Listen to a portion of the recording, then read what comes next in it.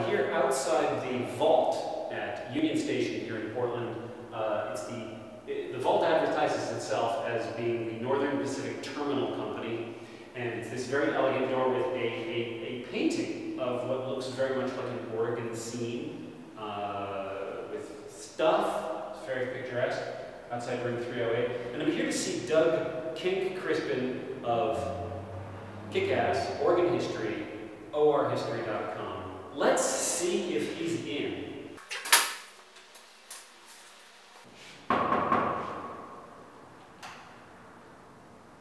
Hello, Mr. Kenck-Crispin. Hello, sir. How do you do?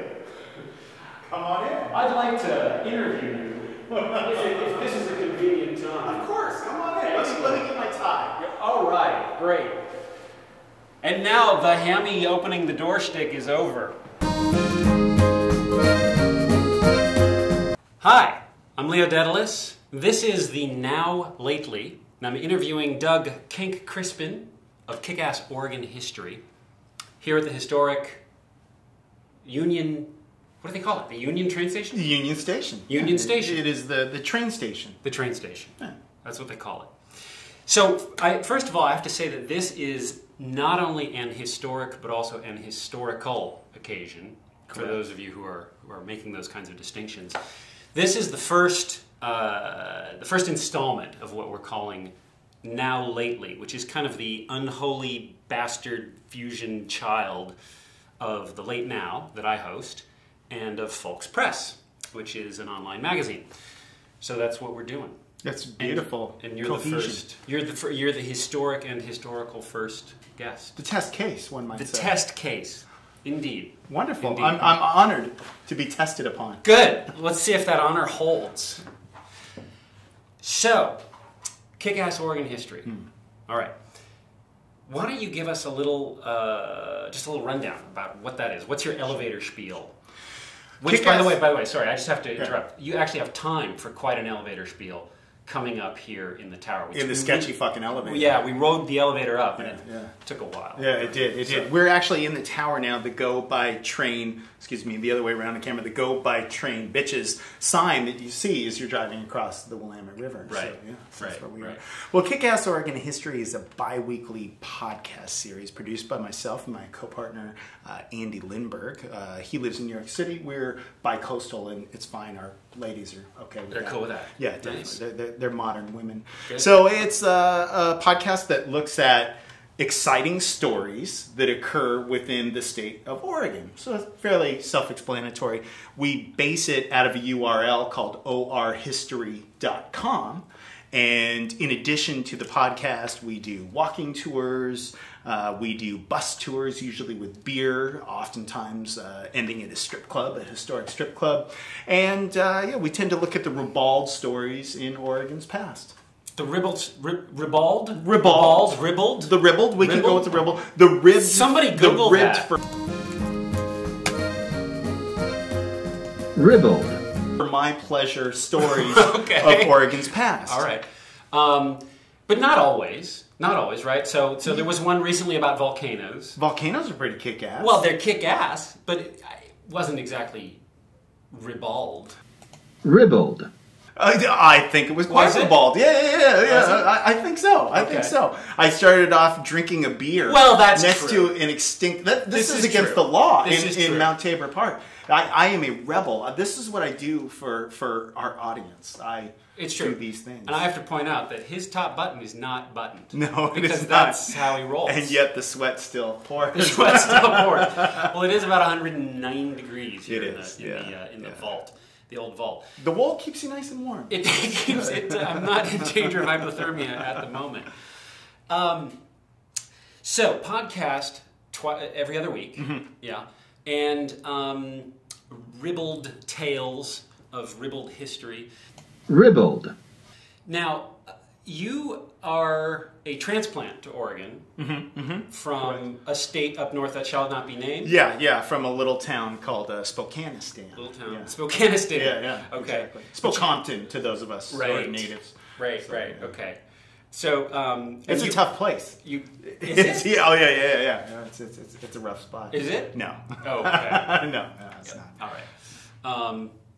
You came when you were 12. Correct. That's correct. We're really going biographical. Yeah. I'm interested in the history. Yeah. I'm wow. interested in the history Wow. because I want to know. Yeah. I want to know what it is that gets you into a racket like this, besides the babes and the cash and the cars. Well, I mean, the whole podcasting thing, like, Court and Fat Boy and Robert Wagner, like, they already did all the cokes and the strippers, so that's kind of out the fucking door. But yeah, it's the money. It's the money. It's just insane. Look at this place. This is incredible. It's just like Angostura freaking bitters. Yeah. This is top shelf stuff here. This is great. So yeah, it's a place based production, and we are here, and we could be doing kick-ass Russia history.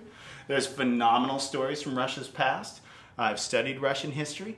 But, we're here so we can really connect folks that live here with these stories that took place here. And that's what we really try to do with this podcast. Yeah. I mean, we have fun, and we drop the fuck word a lot and things like that. But we want to get people to listen to the podcast and then to get up out of the chair and go out to these historic locations and really dig them and see what's going on. Right. Like for example, the volcano, you actually give people the bus line to get out. That's right. And drink their own illegal beer. That's right. Let's break the law. It's a fucking dumb law anyways. Yeah, it is. It is. With that, I think I'll have a sip. And okay, that's my cue too. These are not sponsors, so I'm not going to show you the label. They're not sponsors. Yeah. These are sponsors. Yeah, exactly. Eastside Distilling are good friends. So, but what is it that got you interested in history in the first place? Because you could have done podcasts about other stuff and made probably even more money. Yeah, I probably could. Than history, as much glamour as there is. Oh yeah, exactly. It's just it's hot. But it's it's one of those things where.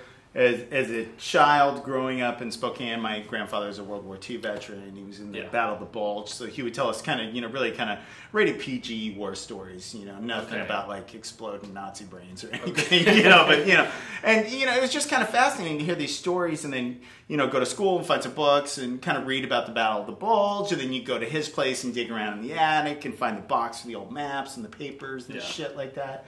It really kind of these stories that were true were indeed, it's such a cliche, they were absolutely stranger than fiction. Yeah. And that's what really kind of riveted me was these true stories that are so fascinating. Yeah. And I hope that carries through in our podcast, those true stories that we choose to produce and not make up. Right.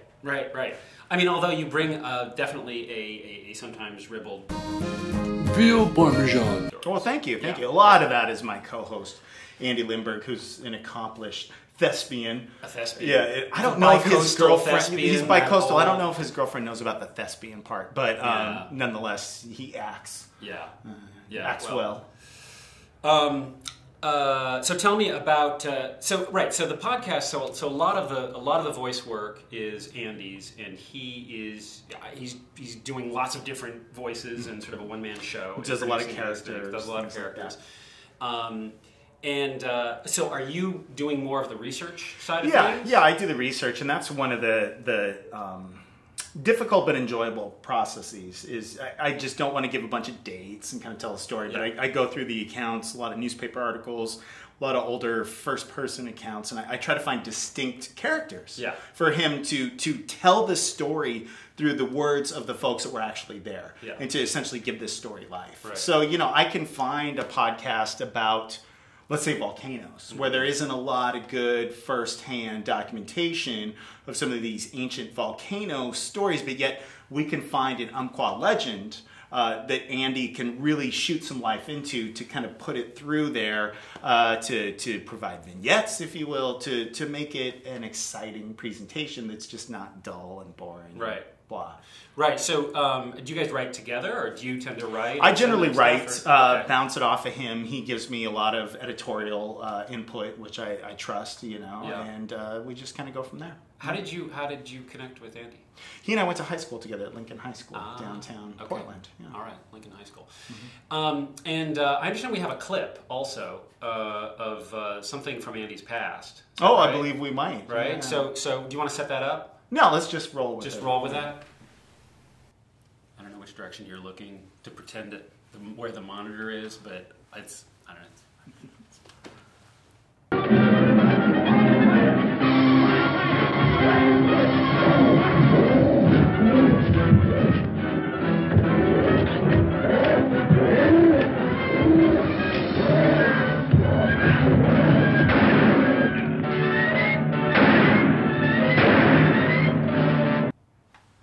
fascinating. Wow. Yeah. That's visceral. It is indeed. So that's from Stand By Me. Correct. And he played a character named Lardass. Yeah, Lardass Hogan. Correct. Lardass Hogan. Yeah. And I just actually kind of want to see that clip again. Well, let's watch it. Take a look. Hej! Det var en gång en gubbe som var ute och gick en solig dag vid en mur. Han var så glad. Tills det kom en sten rakt rullande mot han. Han blev livrädd och började springa för livet. Great. Where was that filmed? I believe it was filmed outside of Eugene, Springfield, maybe. Okay. Eugene, Springfield area, I believe. Okay, so it's legit Oregon history. Oh fuck yeah! That clip. Yeah, That definitely. clip. That is a bastion of Oregon film history. Great. Can we see that clip again backwards? Let's. Let's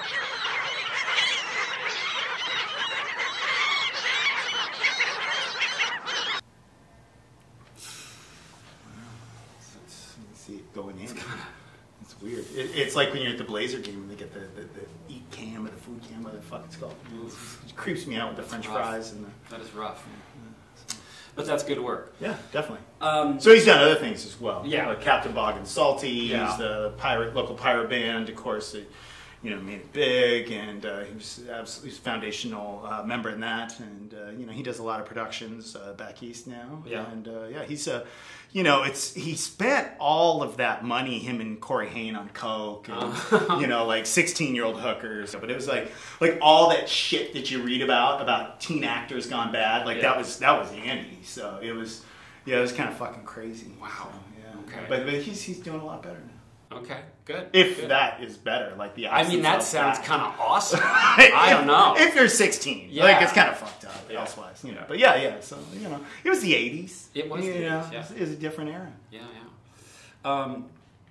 So was it your idea to put this together, or was it just kind of a joint idea? I mean, does he have a specific interest in this work? Or? Yeah, absolutely. He's absolutely interested in it.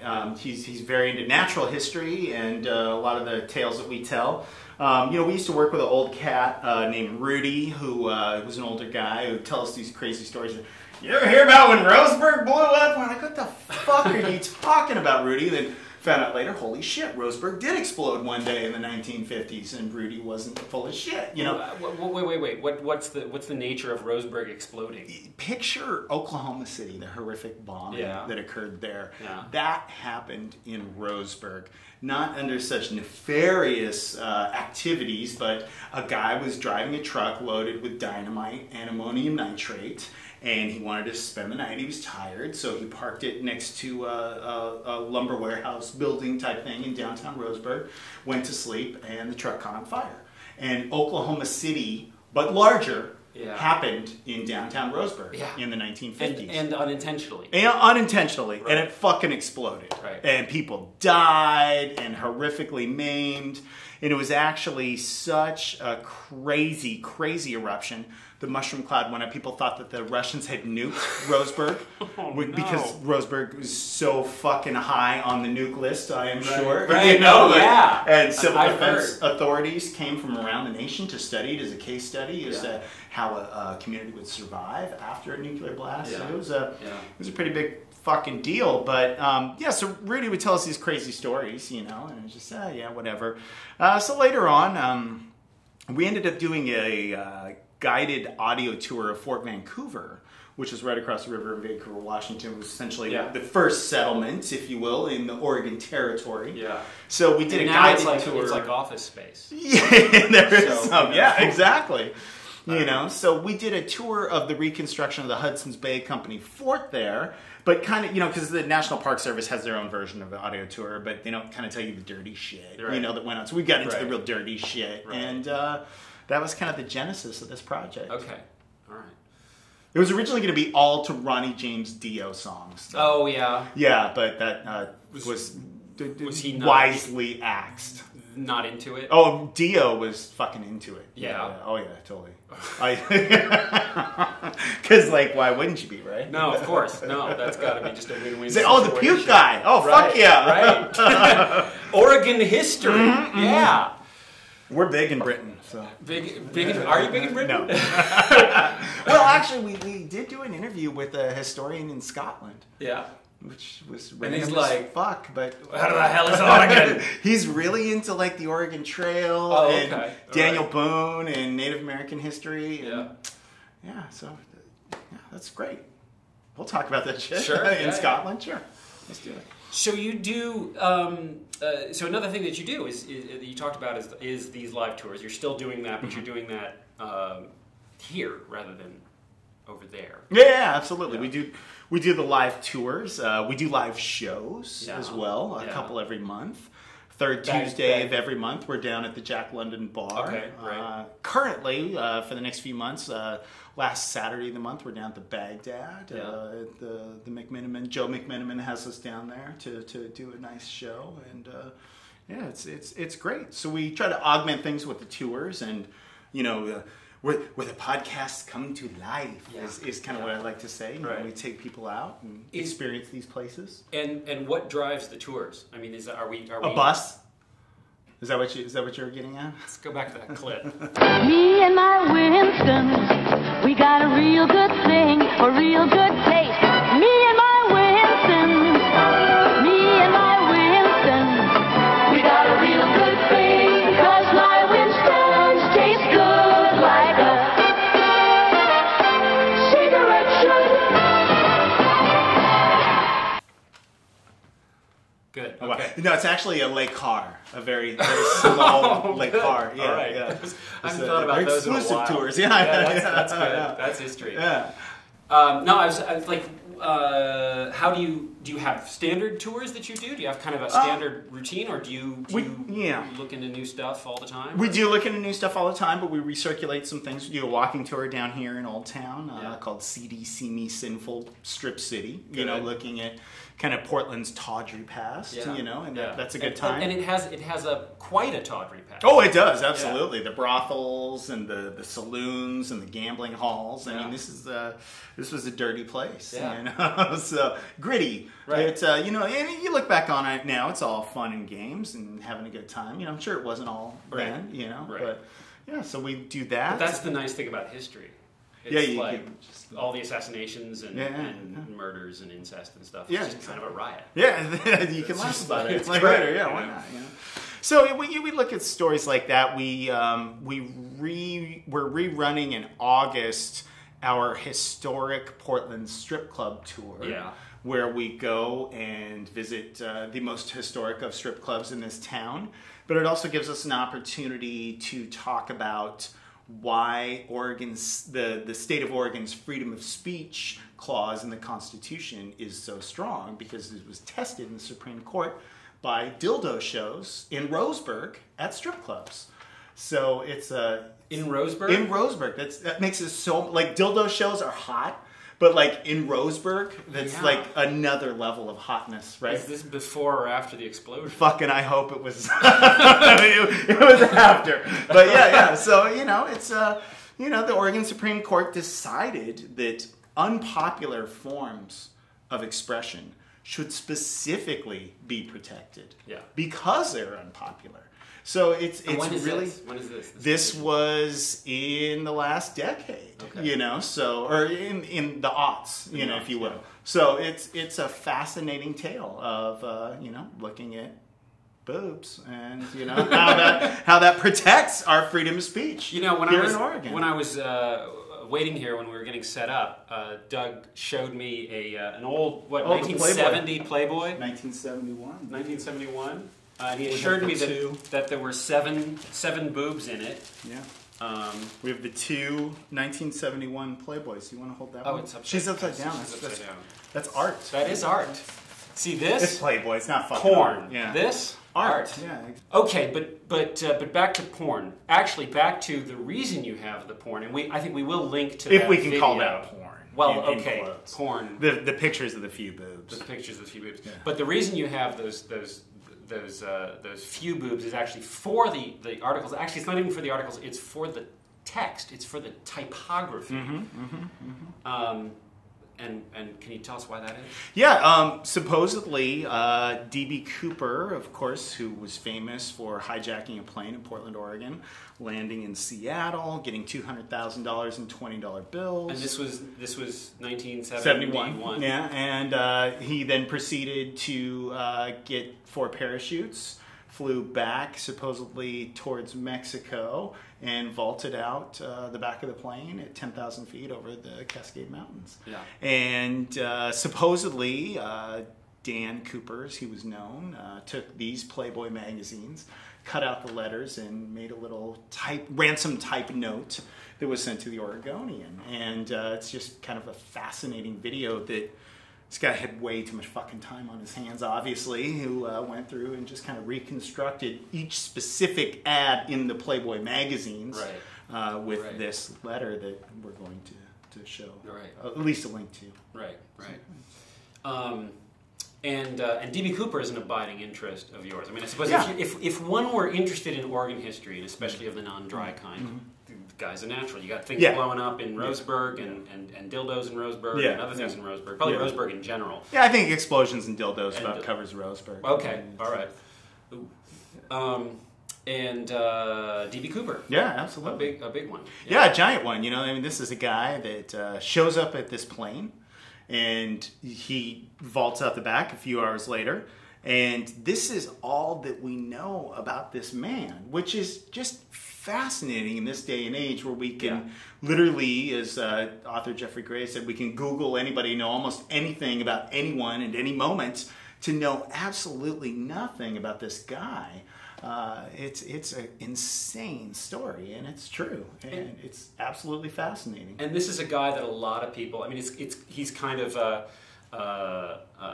what would you say, sort of a hobby for a lot of people, right? Maybe absolutely. More than a hobby, kind of an obsession, right? Yeah, and he's a diabolical criminal that is absolutely kind of a folk hero to many folks. Right. You know, the man that beat the system, you know, that got away with it all. That, you know, almost a Robin Hood is how they portray this. Right. Felon. You know. He did the first half of the Robin Hood thing.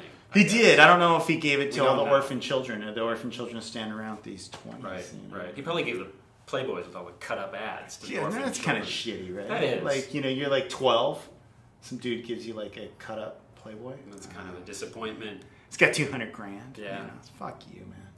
Asshole. Well, he's an asshole. Yeah. Right? I think we've sealed that story. Yeah. I think I've had it with D.B. Cooper. Okay. Whole porn magazines to the orphans, please. Yeah. You know, porn in quotes. Porn in quotes. Boob magazines. Didn't they used to call them boob mags or tit mags? Or there was like some phrase in the 70s or 80s that was like that quantified that stuff. Yeah. Girly magazines. Girly magazines? Right? I mean, no, I think that's it's earlier. boobs. That's older, right? It's like 50s. Yeah, exactly. Yeah. That's something for. We need a history guy to look that up. We do. There we go.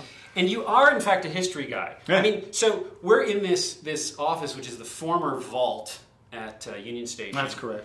And it's a remarkable place. And you're here, and you've got books and booze and boobs and 7 boobs. Like, 7 boobs. Let's not put too much emphasis on the boobs, right? It was alliterative. A couple of like 1970 plays. I can't resist the little alliteration. Yeah, fair enough. I like it. I respect it. Well, good. Yeah.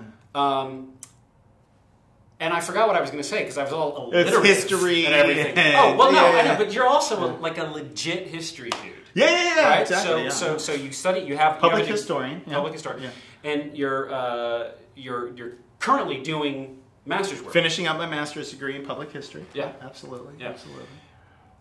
Public history. What does that mean? Public history, it's really kind of a silly little argument that just academic folks get into. But basically, public history is not academic history. It's taking history and presenting it to the public. So say a museum, the Oregon Historical Society, would employ public historians. The little road markers, you know, on the side of the highway that tell you about something that happened. Generally, a public historian is one who writes that. So it's the idea of working with these historical stories and then presenting them to the public. Yeah. Terribly fascinating shit. Well, no, I'm just wondering. It's like public history. Yeah. I mean, what is the alternative there? So is there a tie-in? I mean, is there a lot of overlap in the work that you're doing? for your degree?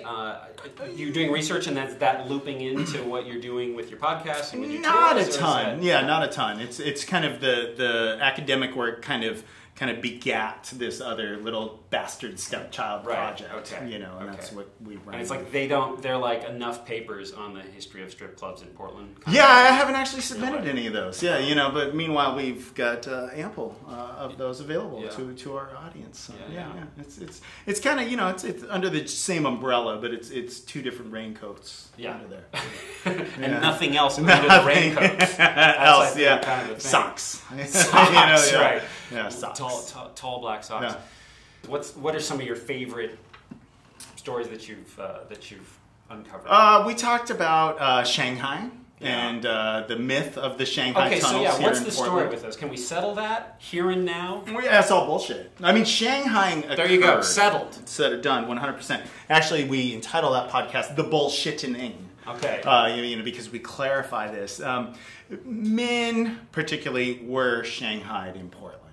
You know, generally what would happen is you'd be drinking at a bar, you meet a new best buddy who's buying you drinks, all of a sudden, you know, feel so good, maybe you slip you a roofie, you know, and you wake up which out you've done, by the way. Rumor has it. No, we need to get away from the roofie story. Okay, we'll get to that. Finish your story. No. He hasn't slipped anybody a roofie, as far as I know, though I'm feeling very suggestible.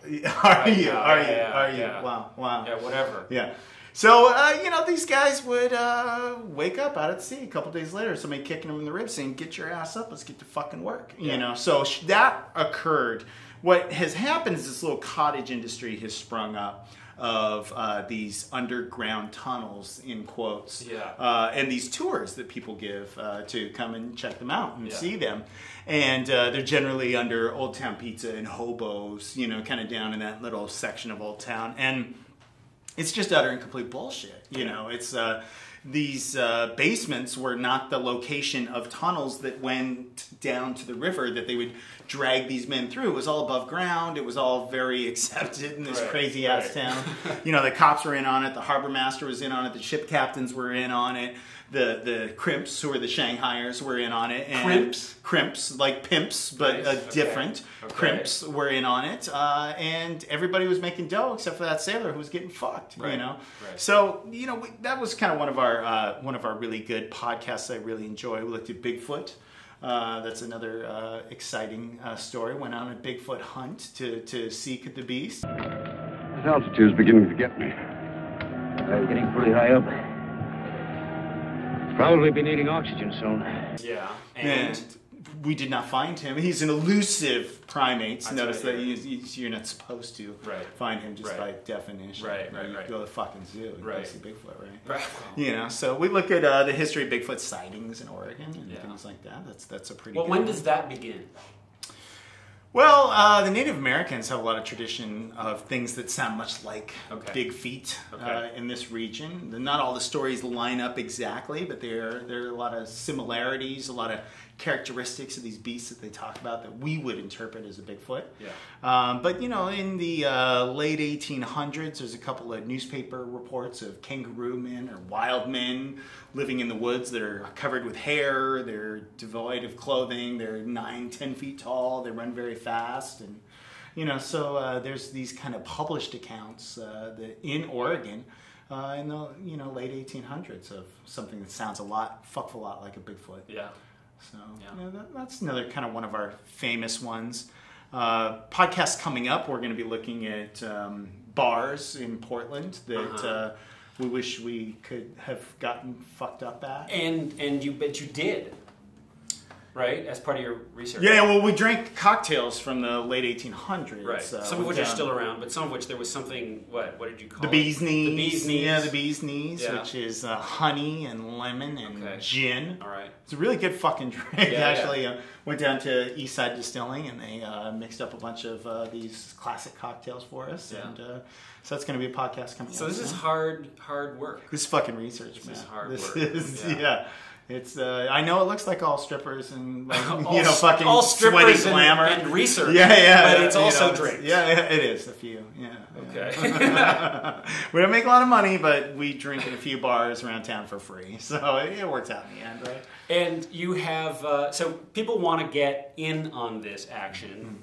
Item 1, orhistory.com. Correct. Right. Podcasts, you can subscribe. You go to the iTunes, listen, you go to the RSS, Kick-Ass Oregon History, all that internet, shit.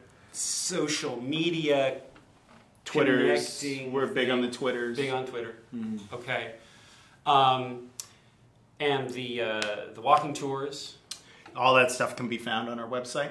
When does you said August for the strip club? Strip club tour is going to be in August. Strip club bus tour, yeah, exactly. We'll be rolling August 8th is when that one's coming out. Okay. So we're also going to do a flash mob tour. That's one I should probably talk about. In an undisclosed location. Sure. Well, yeah. We will the day before announce where it's going to be and at what time people should show up, and it's going to be free. Okay. And it will be somewhere in the Portland metro area. Okay. And, so people can take a bus there if they need to, that kind of thing. All right. So stay tuned to the website. Stay tuned to the Twitter, website and the Twitters and the Facebook machine. and all the that Facebook shit. machine. Yeah, Okay. yeah. All that stuff. It's like superfluous to even say any of that stuff anymore. It is. It's more of a formal kind of concern. It's like we're kind of coming to the end of the interview, and it's like, well, how can I find out more about it? When it's really just Google his ass and just like. Well, yeah. Well, how about this? Do not look for this information on Instagram. Would that be easier? Everything but Instagram. Everything but Instagram. Yeah. Okay. Yeah. They've got a huge MySpace presence. Fucking so A, go man. straight It's just like to MySpace. when the new MySpace came back, I was fucking all over that Right. shit. That's It's awesome. Nice It's try. like throwing the sausage down the hall. Right. Just. And then and shows at the Baghdad. And the Jack London Bar. And the Jack London Bar. And the Jack London Bar is an ongoing thing. Third Tuesday of every month. Third Tuesday of every month.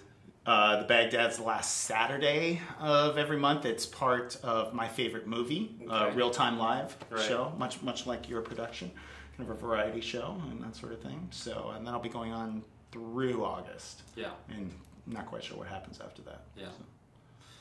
All right. Well, I think you guys are set. Don't look on Instagram. Do look on MySpace. Not really. And and one more thing. We have to debunk a myth about you and roofies. Oh! Because you didn't actually roofie. No, we handed out... I said that, and I will be sued for libel. Exactly. Fucking thank you. As soon as the thank camera you. That's goes. good. Yeah. No, we did a show at the Mississippi Studios. It was the 50th anniversary of One Flew Over the Cuckoo's Nest. Right. Fantastic Kenck-Cripsin novel. We look a lot in the Oregon State Hospital, in the horrific state of the mentally ill in our state, kind of the shit that they've been given by the taxpayers here, who don't want to support them. But we had a 50th anniversary show. We had sexy nurses distributing little paper cups with some capsules in them that people claimed were roofies. Red pills and blue pills. Red and blue, yeah. One pill makes you smaller, the other, yeah. Right. Yeah, so, it was a good time. Medication time. And but the strongest evidence against there actually being roofies was who the team was who assembled these pills, as I understand. Myself and my 12-year-old daughter and my 10-year-old son, just busting out the not roofies. And sitting around the kitchen table, having a good old family time. Let's make drugs, So yeah. It's quality parenting. That's good. Kenck-Crispin house. That's good. Yeah. Absolutely. Yeah. I think that is the perfect note. This is like Oregon family values, making fake drugs with your family for the sexy nurses to distribute at the Kenck-Cripsin event. Yeah. Yeah. This is Oregon. Right? Perfect. Yeah, definitely. Perfect. That's why we're here. All right. Well, thank you, Doug. Thank you, Leo. Thank you for being the first test subject. I appreciate it. I hope your future interviews are not as sweaty as this one. I hope they're sweatier. Personally. In Roseburg. This is great. In Roseburg. All right, good night. See you on the internet. Thank you, folks. We love the internets. All of them. Let's take one last look at that clip. They journeyed for 6 months and 2,000 difficult miles. Wood and iron wheels rolling, bumping, grinding a passageway into half a continent, inching ever westward, west to the promised land, west to Oregon.